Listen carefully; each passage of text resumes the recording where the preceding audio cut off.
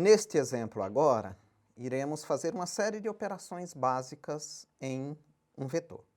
Ler os dados, calcular a média e imprimir os dados, né? Tudo isso usando funções.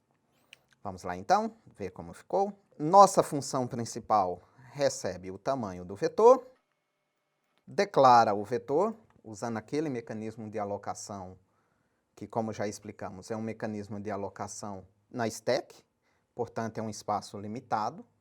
O ideal é que fosse alocado na heap, mas para isso precisaríamos de alocação dinâmica. Como isto funciona bem na maioria dos compiladores modernos, vamos usar isso até aprendermos alocação dinâmica.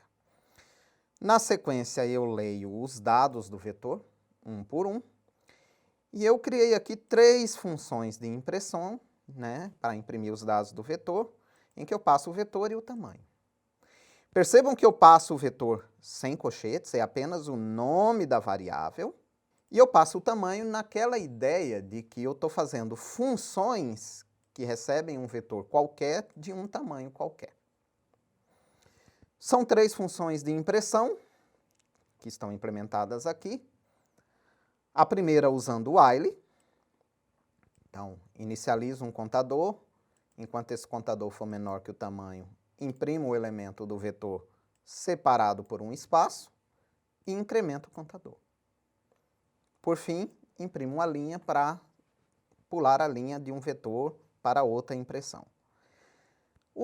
A segunda função é muito similar, só que aqui agora usando do while ao invés de while.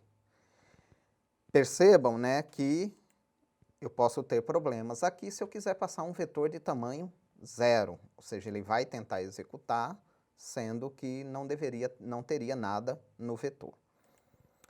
Mas se você garante que os vetores tenham tamanhos maior do que 0, tanto essa função como a outra vão ter comportamento similar. Nossa última função utiliza for, né, a estrutura de repetição contada. Então, percebam a inicialização, a condição de parada e a atualização do contador. Percebam que esses elementos estão separados por ponto e vírgula. E percebam que é bem difícil esquecer a atualização do contador, o que muito programador iniciante esquece. Ou seja, é muito fácil para um programador iniciante esquecer de incrementar o i nesta posição aqui, ou aqui com o do while. Então, o for tem essa vantagem de que quando você sabe quantas vezes vai executar aquele trecho de código, então ele se torna mais legível, mais fácil de ser usado. Então, temos uma chamada usando while, uma chamada usando do while e uma chamada usando for. Salvando, vamos à compilação. Ele está esperando a quantidade de elementos do vetor, vamos colocar 5. E aí tenho impressão com o while, com do while e com for. Todas funcionando muito bem. Vamos fazer mais um teste aqui. Vamos por 10 agora. Novamente, tudo funcionando como esperado. Para calcular a média, tem uma função similar à de impressão, com um for, só que agora eu tenho um acumulador, inicializado em 0. Eu declarei ele como float, para evitar o problema de divisão inteira. Então, percebam que a cada passo ele vai receber o valor armazenado no vetor naquela posição i, a cada passo da iteração. Por fim, eu retorno a soma dividida pelo tamanho. Então, exatamente a média. Vamos aqui.